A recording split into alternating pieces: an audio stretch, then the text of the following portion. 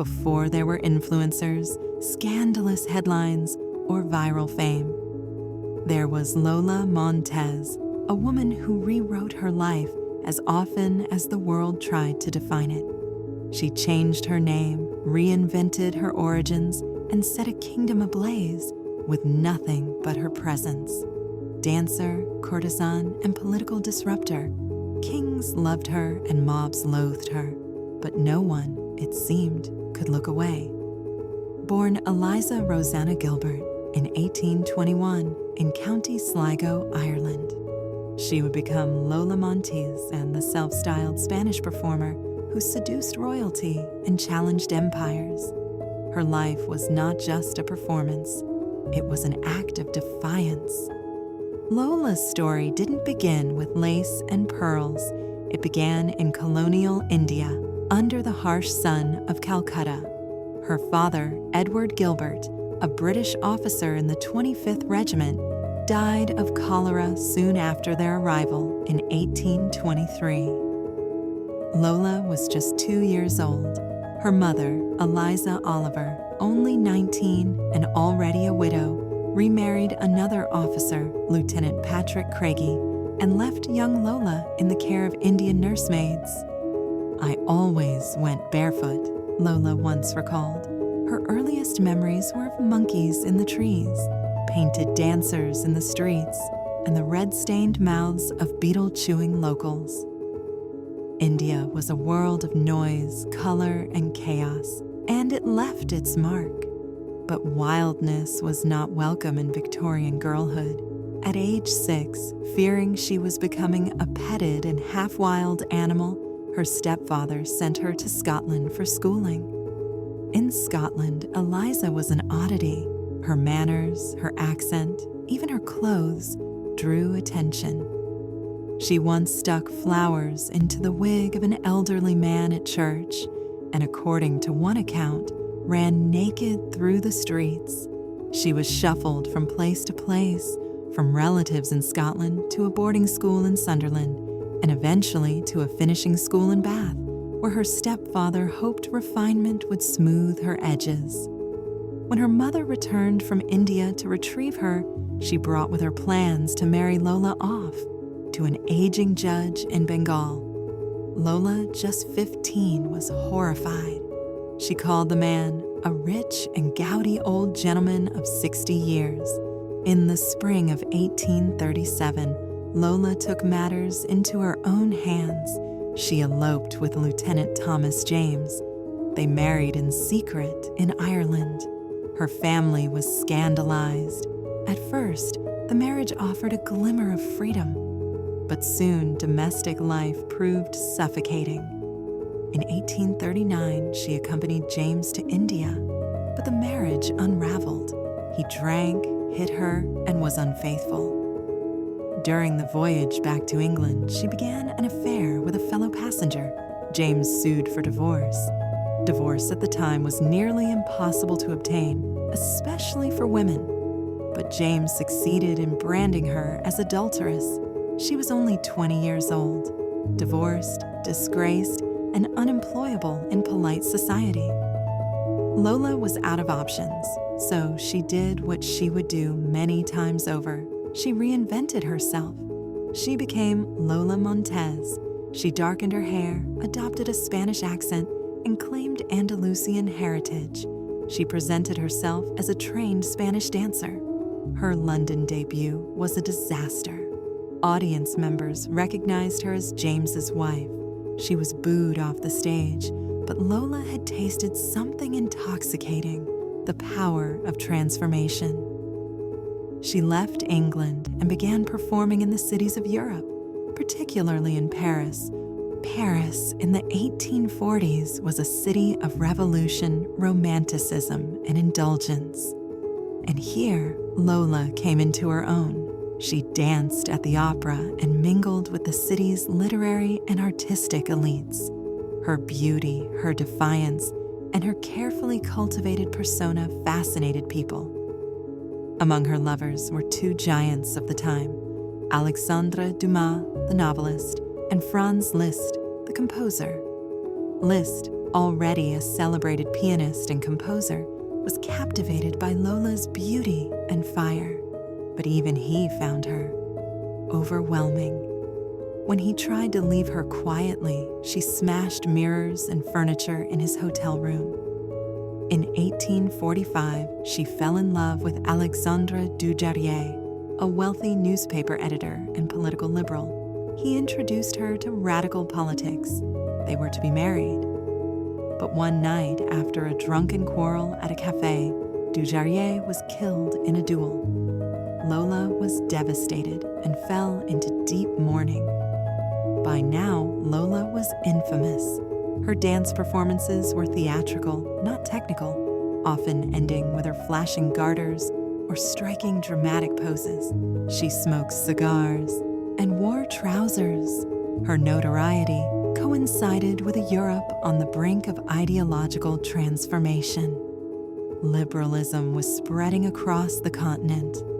And somehow, amid this intellectual ferment, Lola Montez danced right into the political spotlight. In 1846, Lola Montez arrived in Munich, capital of the Kingdom of Bavaria. She was 25 years old and already known across European circles for her controversial performances and outspoken personality. King Ludwig I of Bavaria, then in his early 60s, was a patron of the arts, with a long-standing fascination for beautiful, unconventional women. Their meeting became the stuff of gossip. According to reports, when they first met, Ludwig asked, "Is your bosom real?" Without missing a beat, Lola tore open her bodice to settle the matter. Whether true or not, the story captured public attention. Ludwig was spellbound. He gave her a palace, a noble title, Countess of Landsfeld, and a generous income. But more than that, he gave her influence. Lola began attending cabinet meetings, promoting liberal reforms, and interfering in government appointments. Munich society was outraged. Conservative factions, the Catholic Church, even Ludwig's own family saw her as a national disgrace. The mid-19th century was an age of reckoning. The old aristocracies were crumbling. New ideas were fermenting. Liberalism, once a fringe philosophy, now marched boldly in the streets. And Lola Montez, whether by design or instinct, became the living embodiment of that rebellious spirit. She supported press freedom, education reform, and relaxed censorship laws. Then came 1848. Tensions that had been building for years now exploded. King Ludwig's increasingly unpopular alliance with Lola Montez became a focal point for public anger. Crowds gathered in protest, and mobs stormed her home. With riots on the street and pressure from his ministers, Ludwig abdicated the throne. Lola fled Bavaria, but Ludwig never joined her in exile. He discovered she'd taken younger lovers, and the dream shattered. Now notorious across Europe, she moved to London and married a young officer, George Heald, but her past followed her. Though she was divorced from James, English law barred remarriage. Lola was arrested for bigamy. She and Heald fled to Spain, but the relationship disintegrated, and another chapter closed. In 1851, she left Europe for good and sailed to the United States. By now, her name carried enough infamy to draw crowds. She toured the country as both a dancer and actress, performing in a self-styled production titled Lola Montez in Bavaria. In 1853, she moved to San Francisco, where she performed her now infamous spider dance, a routine in which she appeared to brush imaginary spiders from her skirts, lifting them higher with each movement. And reactions ranged from fascination to moral outrage. That same year, she married again, this time to Patrick Hull, a newspaper editor. But Hull also turned out to be a bigamist, and the relationship quickly collapsed amidst lawsuits and public fallout. Still, Lola persisted. She purchased gold claims in Grass Valley, California, and lived briefly as something of a frontier celebrity. But by 1855, the California gold rush had begun to fade. Then came Australia. In 1855, she arrived in Melbourne with her theater troupe, accompanied by her manager and partner at the time, an actor named Fallen. The Australian gold rush was in full swing. Towns were chaotic and lawless. Into this world arrived Lola. She was unlike anything the Australian colonies had ever seen. Her shows were scandalous. In particular, the erotic spider dance shocked audiences, with Lola lifting her skirt high enough to reveal that she wore no underclothing at all.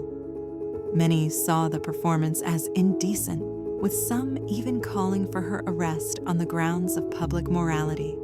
Her notoriety increased further when she publicly horsewhipped Henry C. Seacombe in response to a negative article he published about her. As before, her success was short-lived. The tour dissolved into chaos. In May 1856, she concluded her performances and set sail with Fallen, returning to San Francisco. During the voyage, Fallen vanished, allegedly swept overboard. Rumors circulated, but no clear explanation was ever given. She returned to America alone. By the late 1850s, Lola Montez's life had slowed. Her health was deteriorating, and her finances were stretched thin. She moved to Brooklyn, took up religion, and began doing charitable work. Lola suffered from paralysis, likely due to complications from syphilis, an untreatable disease at the time. She had multiple strokes and was often bedridden in her final months. On January 17, 1861, Eliza Gilbert, known to the world as Lola Montez, died in Brooklyn at the age of 39. Her grave in Greenwood Cemetery was modest and marked with her birth name. She wasn't easily defined, neither a heroine nor a villain. She reinvented herself when survival demanded it and pursued freedom, even when the cost was exile, scorn, or scandal. If you enjoyed this story of rebellion and reinvention, let us know in the comments.